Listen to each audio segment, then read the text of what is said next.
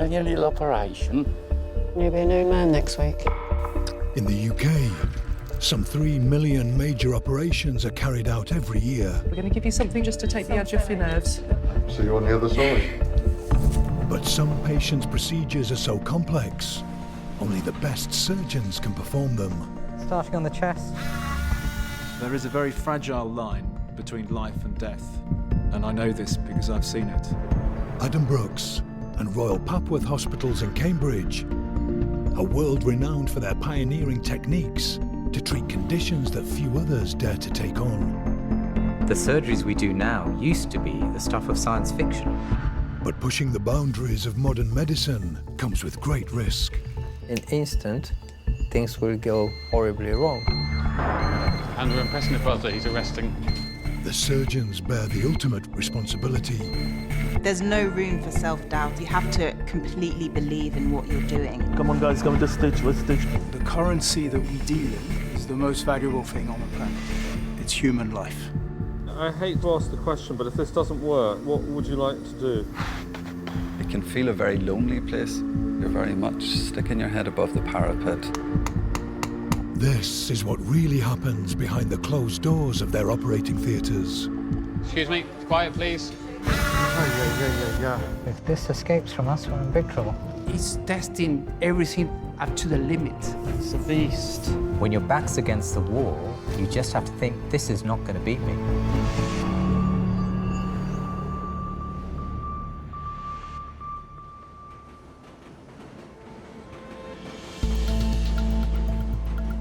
On the outskirts of Cambridge lies the largest centre of medical research and health science in Europe. Here, a community of world-leading experts is responsible for some of the most innovative medical breakthroughs in the 21st century and has produced 12 Nobel Prize winners. At its heart are two of the country's most groundbreaking hospitals, Royal Papworth and Addenbrooke's. They carry out over 150 surgeries a day. Everybody happy? Let's have a good day. The surgeons here are performing pioneering operations, not undertaken anywhere else in the UK. Right. Very, very, very gently. At Royal Papworth, senior consultant David Jenkins is taking on one of the riskiest procedures there is, where the patient will be pushed to the very boundary of what is medically possible. I think to make big advances in medicine, there has to be an element of risk. If you stop being ambitious, there won't be new treatments, there won't be advances, and we won't progress. During the operation, David must stop the patient's heart and drain every last drop of blood from their body. Even I have to sort of pinch myself sometimes that we can do that. If you examine for all the usual tests, the patient would be temporarily dead. Known as a PTE, it's an extremely difficult operation to remove life-threatening clots from the blood vessels in the lungs. The full name is pulmonary endarterectomy, but we shorten that to PTE. In the UK, we're the only hospital who perform this surgery, and we now are the second biggest centre in the world. David is a world-leading expert in the PTE operation and one of only 4 surgeons in the UK who perform it. To be a good surgeon, you have to have the technical skills to do the job, but more important is to have good judgment to make the right decisions at the right time.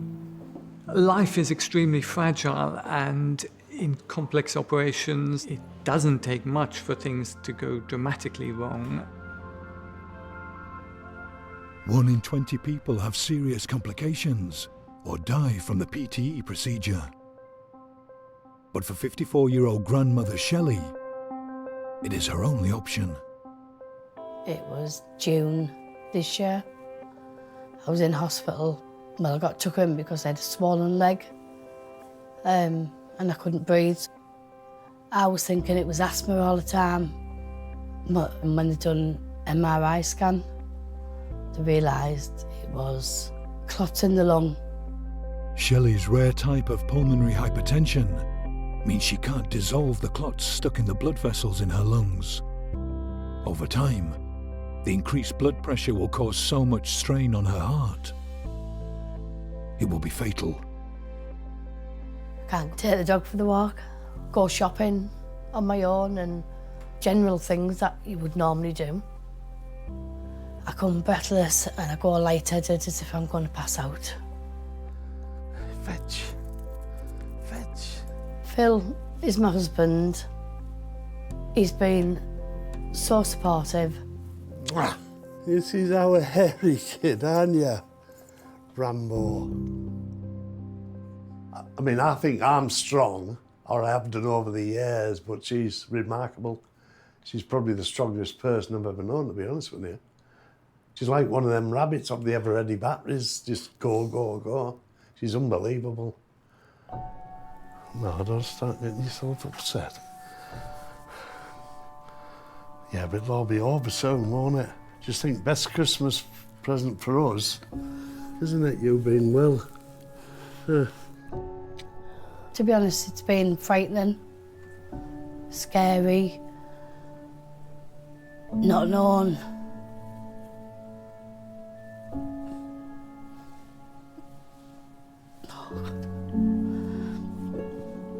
Not knowing if I'd survive or not really. Love you forever. How I see it is, I think it's awful that somebody like her should go through this. I've never known anybody talk bad about Shelley. Oh, excuse me. Hi. Okay.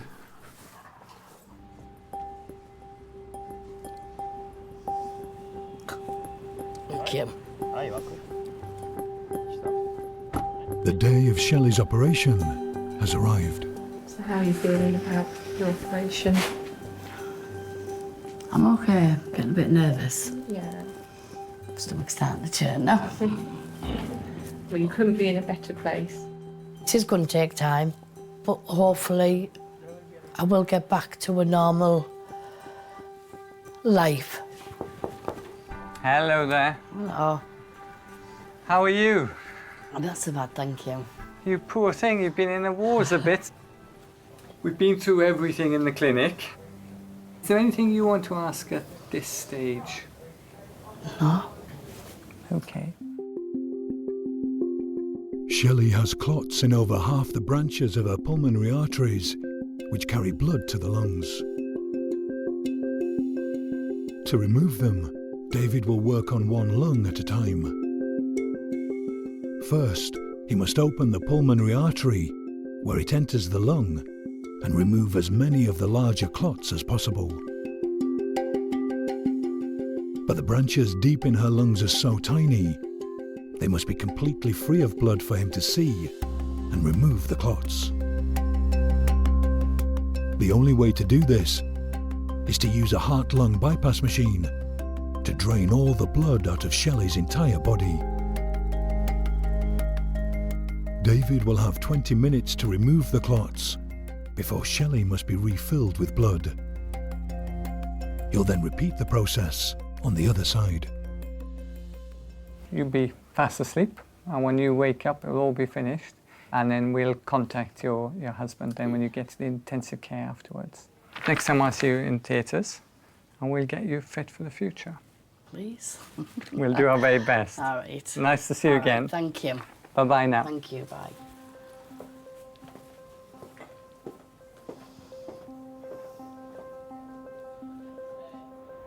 Hello? Hiya, Phil. All right. Yeah, just let you know, I'm on the ward now. All right, smashing. And So, what's it like where you're at? Do you have to pay for a telly and everything, or? no. I have been told about the risks of the surgery. To be honest, I don't really want to think too much about him. I've met Mr. Jenkins again.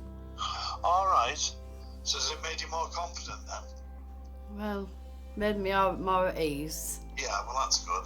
We'll just go for that one. Yeah. The same as what Phil keeps saying. Think positive, not negative, and we'll get through it.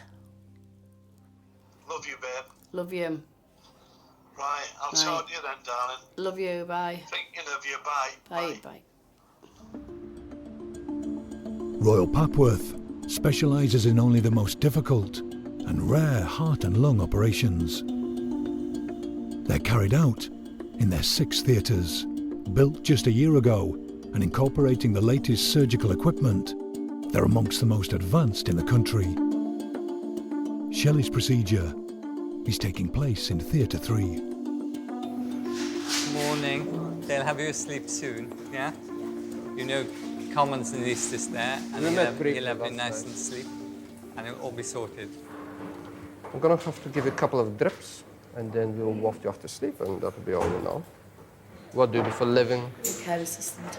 Oh, right. Oh. Hard work? Yeah. David will be assisted by one of the few anaesthetists in the country with the experience to do the PT operation. Carmen Valchinov. If we don't push the boundaries, not many other people would. And there are a lot of patients that would not be offered surgery, and we will give them a chance. There'll be a sharp scratch in your wrist, just bear with me. I'm really sorry, I know it hurts. David is one of the people that I know will push the boundaries, and I like him for it. Michelle will gently start drifting you off to sleep. It's a huge operation, and in order to do these operations, you have to be confident in your abilities, absolutely.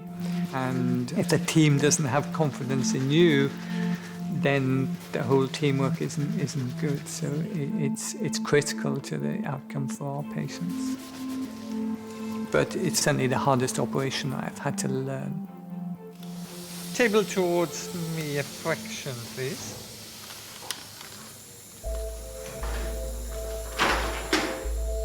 The sun's out now, it's lovely outside. It was really foggy this morning. Dreadful considering. Yeah. Before David starts operating on Shelley's lungs, he must connect her to the bypass machine.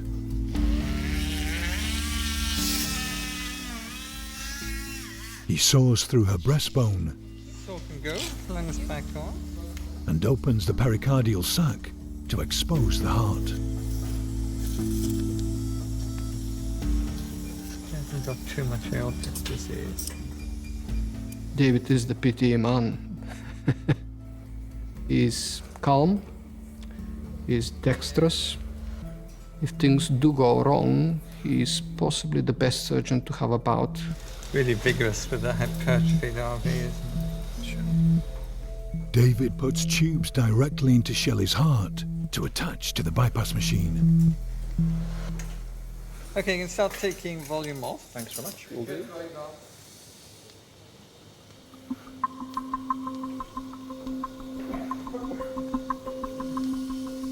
She's tolerating that well.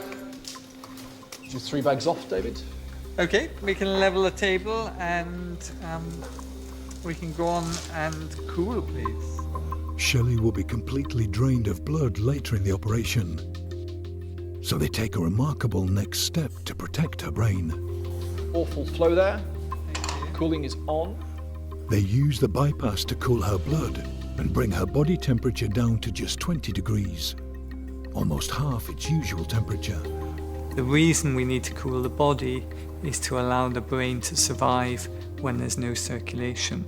The other organs can tolerate lack of blood for much longer, but the brain would be irreversibly damaged after 5 minutes or so without any circulation or oxygen. Just going to put the PA vent in. The cold will protect Shelley by slowing her brain cells' function, so they need less oxygen to survive. PT is a test of survival. Red is a PA vent. We cool the body down to 20 degrees. There are no other circumstances in life when you will ever get that cold. When we go to sleep, we cool down to maybe 35, but then we wake up and it's all fine. But cooling down to 20 degrees, that really is super cold. You happy with bypass? All good, thank you. And we're cooling okay? Yep. This is probably as extreme as it gets.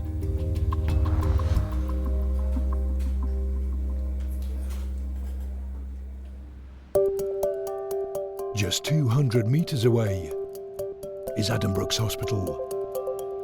Like Royal Papworth, it's famous for its pioneering surgery. Thanks, Mackay. Andrew Carruthers, a serving army medic and orthopaedic surgeon, Good morning. has developed a brand new procedure which could give hope to thousands of patients.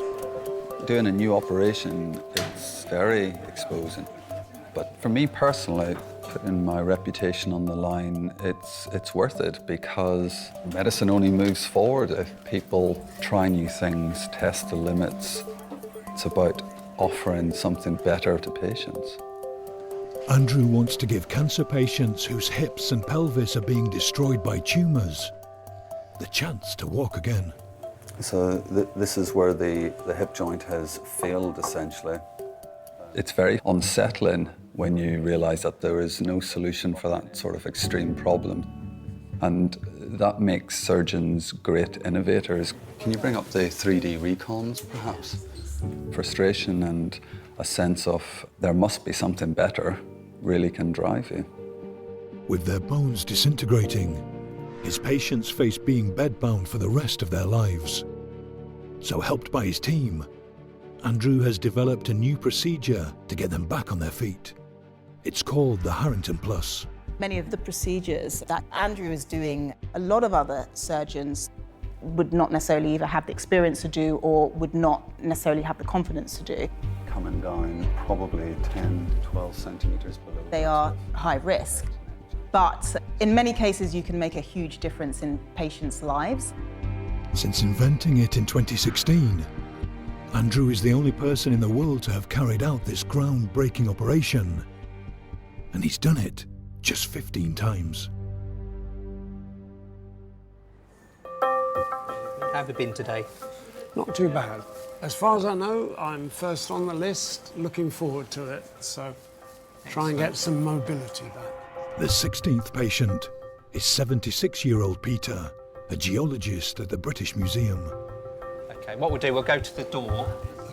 After recently returning from an archaeological dig, 4 weeks ago he suddenly collapsed at home. I was told I had a fractured hip and they threw in cancer for good measure. Peter has prostate cancer that's spread right across his pelvis, weakening his bones so much his hip has crumbled. I had absolutely no idea I'd got prostate cancer. There was little or no indication. That's a lovely view. The cancer is too advanced to be cured, but Andrew hopes to give Peter back his mobility and independence. You know, if I faced being bedbound, I would have very little optimism in life, I think.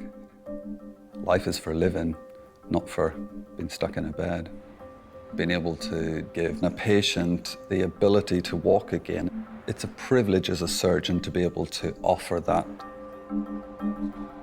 It's my only option to be up and about again. My work at the British Museum means an awful lot to me. I'd hate to have to abandon it. My dad is funny. He never stops. Definitely not your typical 76-year-old. He's just, I love spending time with him. And also my son as well. Yeah, he's good fun. Peter's daughter Claire has been supporting him since his diagnosis. How are you? All right. Mwah. You looking Good well? to see you. And you? Seeing Dad in this vulnerable state is just, it is really hard. Main focus is to get this done and get him out and about again. This is the longest he's ever been in one place, and not walking about is just awful. I went down for an X-ray. Okay, yeah. And they put stainless steel balls in it. Okay. So they've got reference points because they're going to put a rod into my femur. Good. With his cancer this extensive, Peter's pelvis is so weak it can't support the full weight of his body. The Harrington Plus is the only operation that can fix this long term, but it's risky. The cancer has spread through Peter's pelvis and into the top of his femur. So first, his pelvis needs to be strengthened by a special metal plate which binds weak bone to strong bone, not affected by cancer. This is the plus part of the procedure that Andrew has devised. In the second stage, the cancerous hip socket and ball joint will be replaced with a prosthesis. But to help support it, a scaffold of 4 metal rods will be inserted into the pelvic bone that's already been reinforced by the metal plate. So your cancer has taken away a lot of the back aspect of your hip joint. What we need to do is take away some of the cancer deposits and then lock in a construct into that and hopefully keep you going. That's the plan. 4 weeks ago I was fit. Yes. Yeah, So- it's crazy, isn't it? Yeah. With risks of blockages forming in the lungs' arteries and heavy blood loss, this is surgery still in its infancy. It's a big undertaking for Peter and Andrew. Doing a new operation is scary. You're very much sticking your head above the parapet. There are significant risks involved with this operation, and I know that's been discussed with you beforehand. There's a real risk that Peter could die on the day.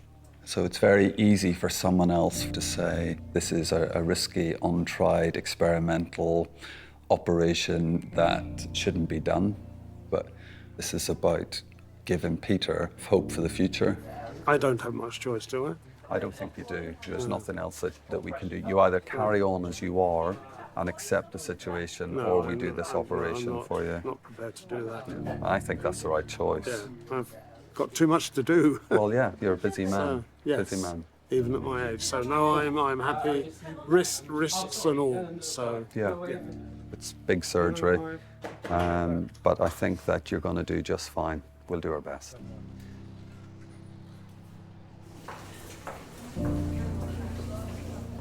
You are, Peter. I'm all right. No, I want it done. Yeah. Done Just and need to have it dusted done. and over. Ready? Yeah, Right, let's yeah. go. I'm apprehensive, but the risk is what it is, and I'm prepared to face it for a full and meaningful remainder of my life. Thank you for driving carefully. You're very welcome.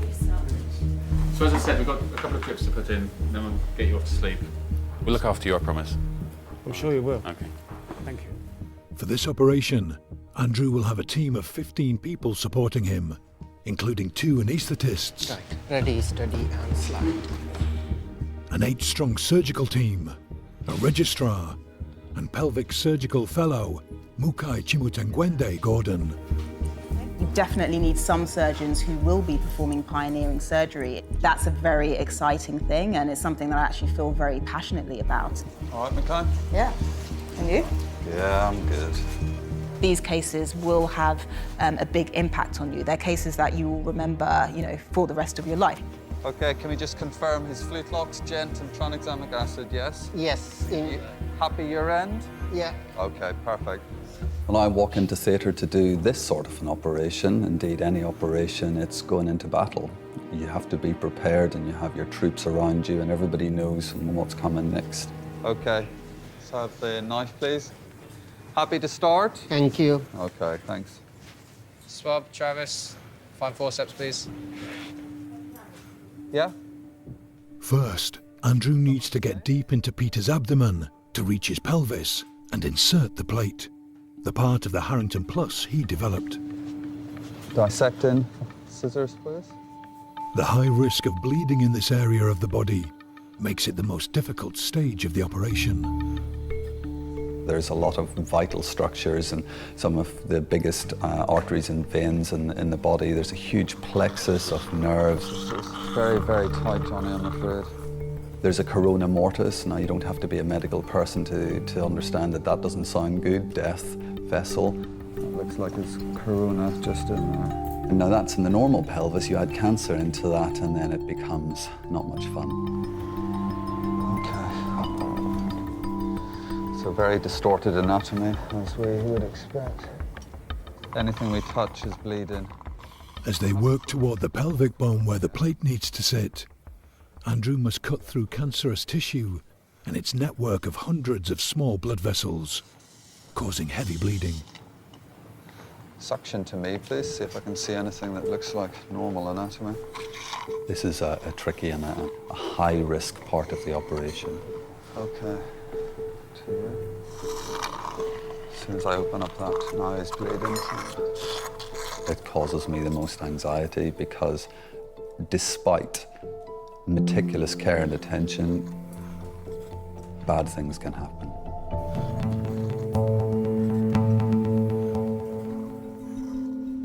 In neighbouring Royal Papworth, complex heart and lung surgery is being carried out in all 6 of their state-of-the-art theatres. In Theatre 3, And then scissors, please. David Jenkins is 3 hours into a pulmonary endarterectomy, or PTE operation, where they're preparing to stop Shelley's heart and drain her entirely of blood.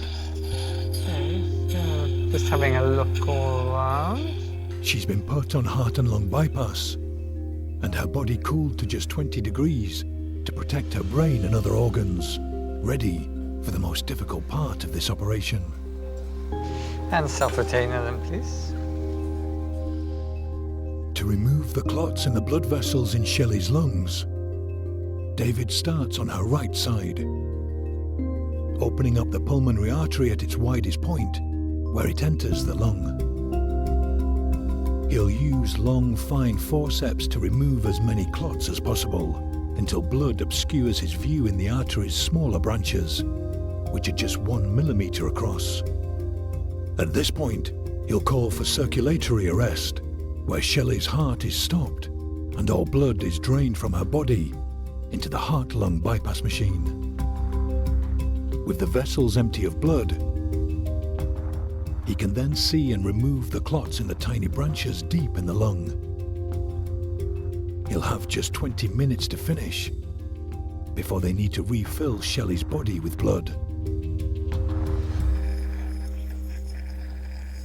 So just getting down to the disease. So beaver blade again then, please. David starts by carefully removing the larger clots nearest the opening he's made in the pulmonary artery. I think there's some specimen. That's not bad. The clot that most people think of blood clot is the reddish purple lump of solid blood. And there's one from where I'm keen on. So have the fine blues again. But in this condition, the body tries to remove them. And in the end, they come down to that whitish, fibrous type tissue deep in the pulmonary arteries. I want to try and do as much as possible before we arrest. Because every little bit counts. But there's a lot of blood coming in the way now, so at this stage now I think we will have to arrest. There's now too much blood blocking David's view. He calls for circulatory arrest, where Shelley's heart will be stopped and her entire body drained of blood. Okay, right down on flow, please. Run the pleature, please. All the cardioplegias on and running. Thank you.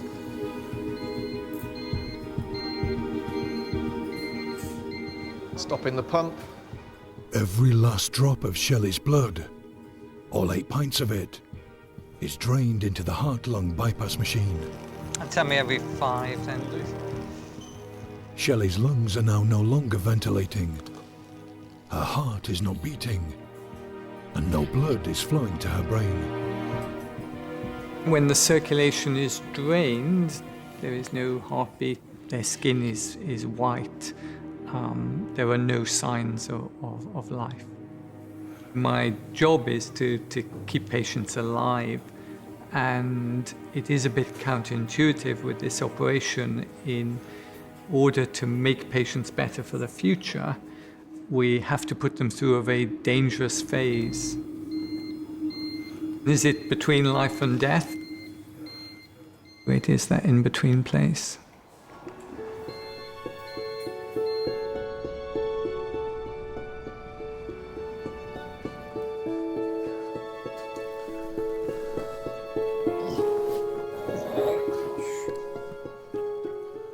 We've been together 25 years.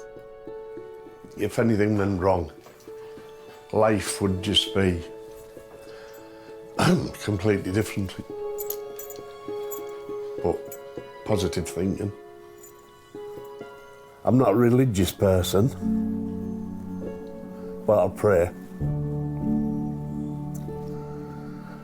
It's not very often I get like this. But there's nothing you can do, and that's the hardest part.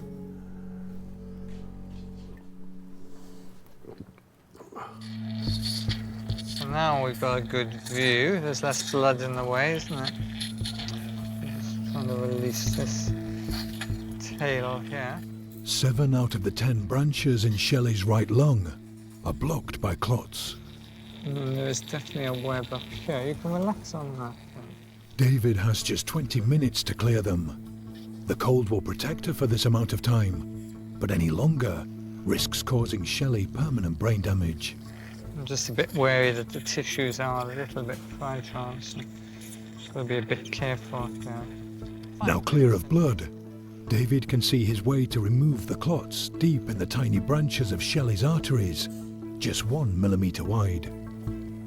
I'm working at the very tips of the forceps, gradually advancing a sort of centimetre at a time. If I pull too hard or push too hard, it may break. The tail there's broken off a bit, so it's important to get that one out. If I'm too gentle, it will take too long and I'll never get to the end and my time will run out, so it's the sort of Goldilocks, it's got to be just right. David is 10 minutes in and he's cleared 3 branches, but he still has another 4 to go. With her pressure, we do need to get every single segment. Okay, that's good. Oh, quite thin here, so I'm having to go slowly. I'm very aware that once the circulation has stopped, genuinely, and you don't say this that often, but every minute counts, because every minute without her circulation is potentially damaging. Have a gentle blow on the lungs then, please. Yep. Okay, so that's reasonably good. Happy there. So I think that's looking pretty good there. So you can come back on, please. Thanks very much. Going back onto bypass. Pretty good. It needs to be. With just 3 minutes to spare, David has removed all the clots from Shelley's right lung. It's back at full flow. Now they can refill her body with blood and get ready to remove the clots in the other lung. That stitch is going to be perfect. So you can walk with me. Pre-op scans show that only 5 branches are blocked in this lung. In theory, that should make it easier. So just looking into the left PA here. There's quite a lot of blood in the way, so I can't see too much. Let's see if we can start developing this plane. They're being flooded with blood here. You can see that we're not making so much progress. David's view in the artery is already being obscured, so once Shelley is drained of blood again, he'll have more work to do against the clock. Every little thing with the operation, at every stage, a mistake will have consequences. I was a bit worried when people have been on a lot of steroids. Complications can happen at any time, and the more I do in surgery, the more I learn never to celebrate too early. Some disease here as well.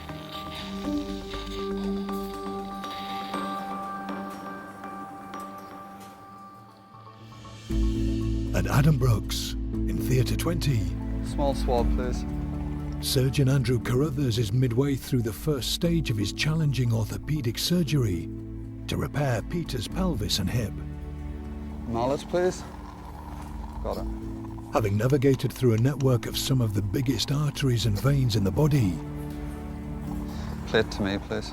Andrew's ready for the part of the operation he's devised, fitting a special steel plate onto Peter's pelvic bone that will give his hip replacement the stability it needs to work.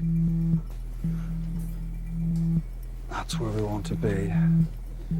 Now you can see his vessels pulsating. Wash, please. Orthopedic surgery is internal human carpentry using all the things that a tradesman would use who's coming around to your house for DIY. And just gently tap this plate a bit more onto bone. It's not always a bed of roses, but you know what? It's very nice and very satisfying having something, just like when you put up your shelves at home, that works, that looks straight and has got the job done. Okay.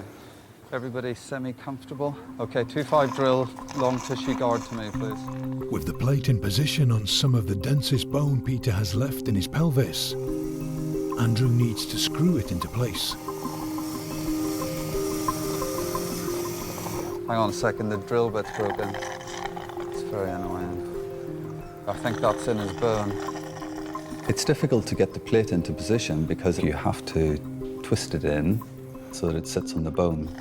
Can I have a fresh drill, please?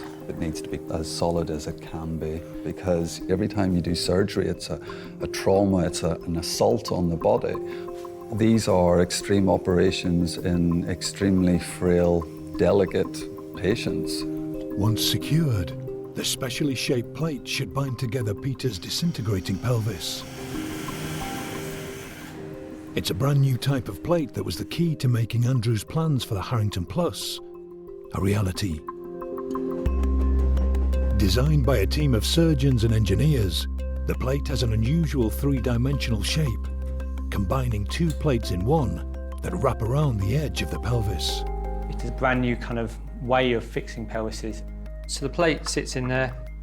Previously you might have had to put one plate here and two plates here. This plate reduces the bone in two directions at one time. It speeds up the operation, makes it easier to install, less fiddly for the surgeon. Manufactured in a specialised factory in Switzerland, it's milled out of a solid piece of medical-grade stainless steel from Sheffield that won't corrode inside the human body. Its unique shape is based on an algorithm that draws on extensive medical records. This was designed using a database of tens of thousands of CT scans. We found that there wasn't that much of a variety in the part of the pelvis, so everyone's is very similar. So actually you can get away with one plate to fit most people's pelvises. It was invented for patients who fracture their hip socket in major trauma accidents, like car crashes or falls from height. But Andrew's chance meeting with the company's sales rep, Simon Craven, 4 years ago, sparked an idea. You could see his mind whirring. You could see he was thinking of ways this plate could be used. He kind of said to me at the time, I've got some ideas in mind. I can see certain patient groups where this would really be a benefit. Let's talk further. Designed to temporarily hold a fractured pelvis in place while the bone knits back together, Andrew thought he could use the plate to give a permanent structure to his patients' crumbling pelvises and let them walk again. We end up taking him to the factory where our striker plates are made to meet some of the R&D guys, the engineers who designed it, along with one of his colleagues, and they asked lots of questions, technical questions, probably above my knowledge. They had to be sure this radical new use of the plate was safe. After 4 months of rigorous tests and a stringent approval process, Andrew carried out the world's first ever Harrington Plus procedure.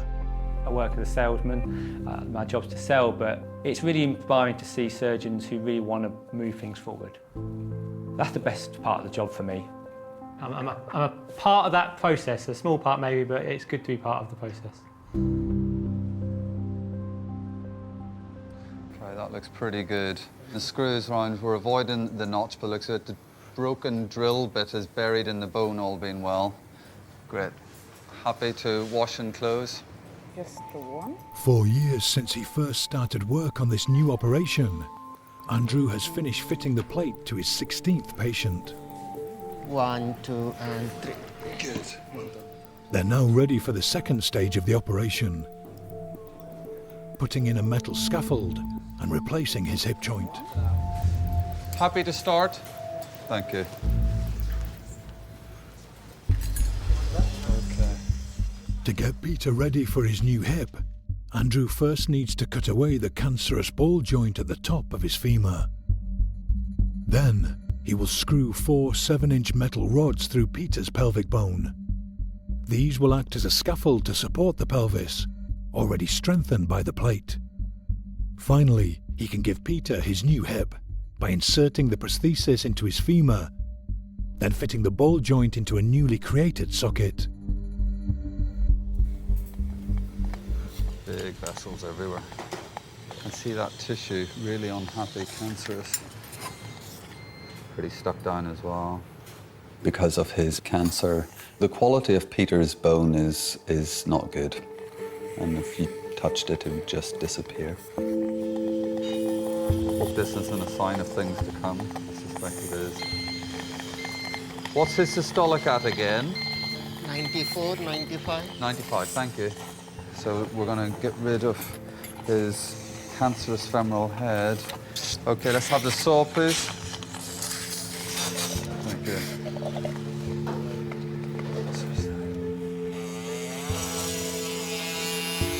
Andrew removes the top of the femur and ball joint.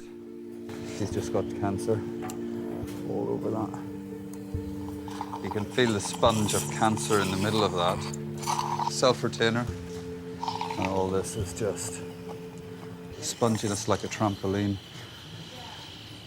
Okay, that may well bleed once we open that canal. Okay, put the cocker on there. I'm ready to buzz. Okay, leg all the way to the front now, Johnny. It's oozing everywhere, isn't it? As Andrew makes his way through the cancer, it's becoming increasingly difficult to stem the heavy bleeding. In these types of cases, constant bleeding from tumour, from broken bones, from the dissection, the bleeding that you can't stop, bleeding that you have to suck up and remove so you can progress the operation. These are all things that are really quite a hit for any patient. Can I have another unit of blood? Anaesthetist Ghanshyam Biami is having to give Peter blood transfusions to stop his blood pressure dropping too low. A potentially fatal complication. His blood pressure is slightly on the lower side. Say again? You have to speak up. Blood pressure is slightly on the lower side. Slightly on the other side, yeah. Is he bleeding a bit from the side? Just general tumour ooze. Okay. The average body contains 10 pints of blood. Peter has lost a quarter of his already and is continuing to bleed faster than they can replace it. You need to call him through the switchboard. His blood pressure is not going up. It's becoming unstable. Anaesthetist Ghanshyam is so concerned, he's called for help. Try and free this up as much as I can. It's all cancer. But despite Peter's very precarious condition, Andrew has already removed the head of his femur and he must replace it, or Peter will never walk again. Andrew can't stop now. That's good. He needs to place the supporting rods into his pelvic bone through an incision in Peter's abdomen. So now we've got the plate on the other side of it. That's good. The patient is unstable now. Is that blood running? Yeah. Just keeps coming down. It's not responding to anything. Senior consultant anaesthetist Ronan O'Leary has come to help. When I'm told that I'm needed back in theatre urgently, it tells me that things aren't proceeding as expected, and it always means that I'm going to be walking into a critical situation. We've got 4 there to give all 4, and then some FFP are coming and give all 4 of those, please. If the volume of blood circulating in Peter's body drops too low, he will be at risk of a cardiac arrest. There's a lot of tumour, a lot of tumour. Not having much fun, I have to say. With Ronan closely monitoring Peter's vital signs, Okay, and another rod, please. Andrew must now drill the scaffolding rods into the pelvis. But he's finding it difficult to find strong bone not affected by the cancer. And it's taking him longer than expected. Anything? It's driving, I think it's just bending right round. Andrew's struggling to get the third rod into the right position. Every move is causing more bleeding. Just doing one extreme to the other, isn't it? It has to be. I think we've got enough real estate now for to reconstruct onto. The third of 4 rods is finally in place. Let's have something to gently pat on. Andrew, is there nothing you can develop bleeding? We're really struggling with the blood pressure. No. You are struggling? Okay. He's not oozing, well, he's just gentle ooze from here. There's nothing bleeding. Yeah, but I think it's gentle over a very long period of time. Yes, yeah. Peter's bleeding is so severe, he has lost more than half his blood volume. It's becoming critical. Ian, we need an adrenaline quickly. He's arresting. Andrew, I'm pressing the buzzer. He's arresting. Peter has gone into peri-arrest, the state just before full cardiac arrest. His heart isn't working properly because it doesn't have enough blood to pump around his body. It could stop at any moment. If Peter's heart stops, we wouldn't be able to get him into a position where we could do chest compressions. We would not be able to resuscitate him. He will arrest and die. You never actually expect it to happen. It's not doing very well. The atmosphere does change. Everybody becomes hyper-focused. No, you say with the resuscitation, I'll get the line in. Yeah. No, we're all right for infusion. We need to focus on the outline and then get some blood and volume up as quickly as we can. Followed by large swab, please. So, hypovolemic peri-arrest because of bleeding from the pelvic thing. We need to get centre line in set up, which I'll do, that Ian's getting set up. Yeah. Can you there's some blood coming up from theatre. We need to give all 4 units as quickly as we can. We get there. We don't need pads. We don't need pads. A 15-strong emergency response team of doctors and nurses are now in theatre, trying to save Peter's life. Can you give that remaining adrenaline? Just get me a spare pair of gloves and get that centre line in. As well as giving him adrenaline, Ronan is transfusing large amounts of blood into Peter's veins as quickly as possible to get his heart beating properly again. Vibe is focusing on blood. Can you liaise with him about doing the blood, please? You're performing an operation that I have devised, that I have advocated to the patient. You feel a huge burden, a huge burden. I have to get him through this. Can we get that fluid bag up and squeeze it in quickly? Peter is still in peri-arrest. If Ronan and the resuscitation team can't get his blood pressure to climb, Peter won't make it out of theatre alive. If you've got that patient's life in your hands, you're suppressing the fear factor of losing control.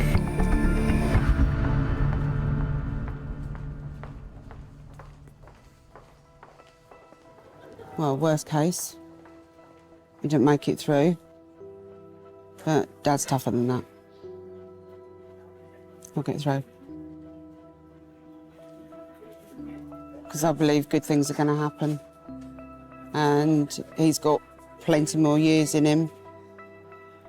And he's got a lot of living to do, still. His life is in the surgeon's hands and they'll do right by him. Yeah.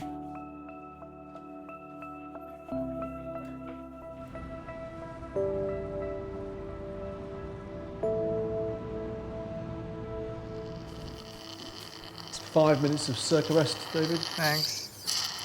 So it's a long way down now. In Royal Papworth, David is nearing the end of Shelley's operation, a procedure that's become his life's work. Really quite fragile, yes, and it's going slowly to try and retain the plane. He has 15 minutes left to finish removing the clots in Shelley's second lung, before the lack of blood in her body will start causing permanent damage to her brain. The time during circulatory arrest seems to go very quickly. Specimen. My senses are heightened because I know that what I do during that time frame is going to determine the rest of her life. Specimen then? Personally, I feel a huge responsibility towards my patients. I'm the one that has discussed the risks and benefits with them, helped them decide what they want to have done. So it's my responsibility to bring them through with the best outcome. After 18 minutes of Shelley being technically dead, David has finished removing all her clots so her body can be refilled with blood. And you can start rewarming, please. Rewarming. They must slowly warm her back to 37 degrees. Then take her off bypass. Clamp is off. Thanks very much. Full flow. And David can finally close. So we just hope we've done enough to bring the pressure down a reasonable amount for her. I hope we have.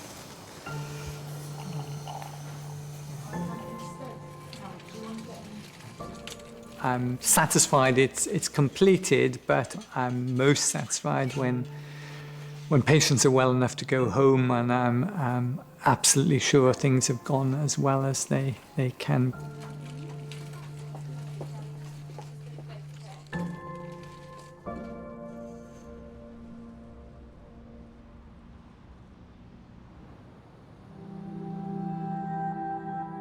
At Addenbrooke's, in Theatre 20, Peter is still dangerously close to cardiac arrest. Yeah, give us that. The FFP, just get all 4 FFPs in. Anaesthetist Ronan is trying to get his heart beating properly again with adrenaline and extra transfusions. If Peter's heart stops, they won't be able to revive him. There is a pulse. There's a central pulse. Has he got an output now? Yeah, he's got an output. As Peter stabilises and his blood pressure gets to something that's more acceptable, I start to think that maybe we might be able to get through this to the end. Okay, so we need to have a... Peter's condition remains precarious, but the team must complete the operation if he's to walk again. You get to a certain point in the operation, you have to make that decision, what is the right thing to do for Peter, stop and abandon it, or continue on and get him off the table as quickly as we can. So we've got the implant here. Ronan. Excuse me, quiet please. Quiet please. Are you happy for me to carry on trying to put a bit of cement in the acetabulum to bind them together? I just think do it as quickly as you can. Yeah. Get control of that. Can I have the sulcer reamers, please? Andrew still needs to insert the artificial hip joint into Peter's femur, cement it into place, and then get the ball joint into the socket. All of this will put additional strain on Peter's body. Suck there, please. You cannot have second chances in surgery. We need the 18 proximal. Peter's tank's empty. He's running on fumes. So we can see his new femoral component. So you really have to raise your game in that situation. You have to work even more efficiently and faster and accurately because the stakes got much, much, much greater. Bring him around. And in. Perfect. Looks and feels good. Huh? So there's new articulation, confluence angle, soft tissue external rotators, all looks good. 2 hours after his heart almost stopped, Peter's new hip is finally fitted into place. How does he feel? Better. Oh man, that's really good. Really good. Give it a last wash and then we're going to close. Are we almost done? We're closing. Very difficult case. Thanks for rushing. Yeah, it's very, very stressful for everybody involved. Thank you, Ronan. At the end of a very long procedure, there is some sense of relief. What a day. But you will often feel exhausted, and the whole team will often feel that way.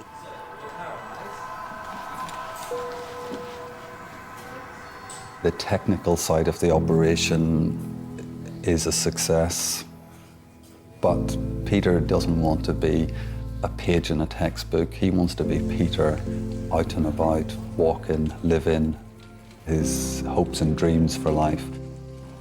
There's no high-fiving until the job's done, and as I said to Peter, I'll high-five him when he walks down the ward and is leaving.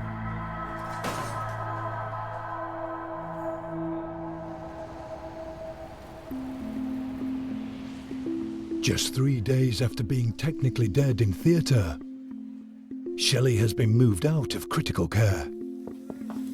Hello there. How are you? Not too bad. So they say you're making really good progress. I know. In a few days, I think we'll be planning for getting you home. Good. Yeah? Oh. Which is pretty good going, considering everything. It is, yeah. Oh, that'd be really good. It does fill me with wonder when I'm seeing the patient sitting up having breakfast and thinking what we've done to that patient in order to make her better. It is quite remarkable. Hello! No, you just stay where you are. Love you, baby. Miss you like hell. Shelley will remain at Royal Papworth for another week before going home to Phil. Well, this is nice, isn't it? Lovely. Lovely telly on the wall, and oh, it's just great to see you, baby. It's good to be here. I do feel proud of myself now. Now it's all over and done with. Oh my God. I'm just looking forward to getting back to normality. Be back with Phil, Rambo, the grandkids. We'll have a really good year. I think all surgeons feel the expectation of having to perform, but an off day is not really an option for this surgery. The anxiety is that you're doing things as well as you possibly can for the patient. And I think you can't do that unless you're aware of your own limitations and how you can improve to do better and better all the time.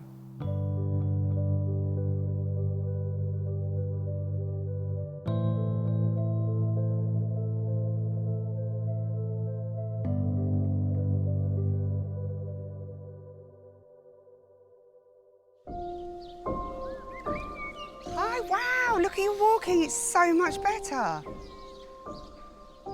After 5 days in critical care and another 3 months of healing, Peter is back on his feet.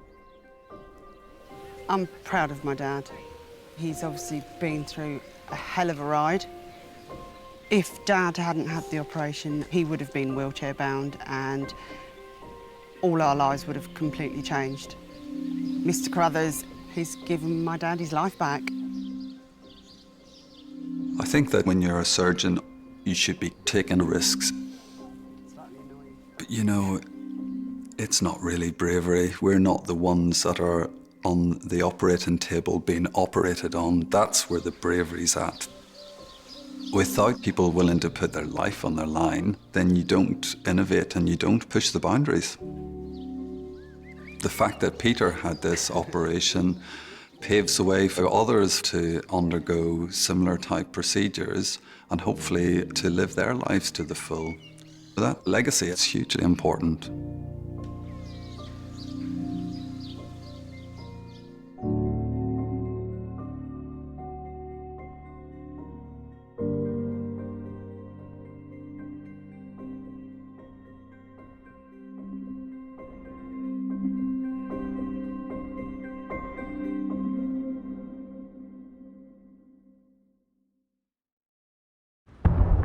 Next time, terrified. Surgeons are forced to work for over 18 hours.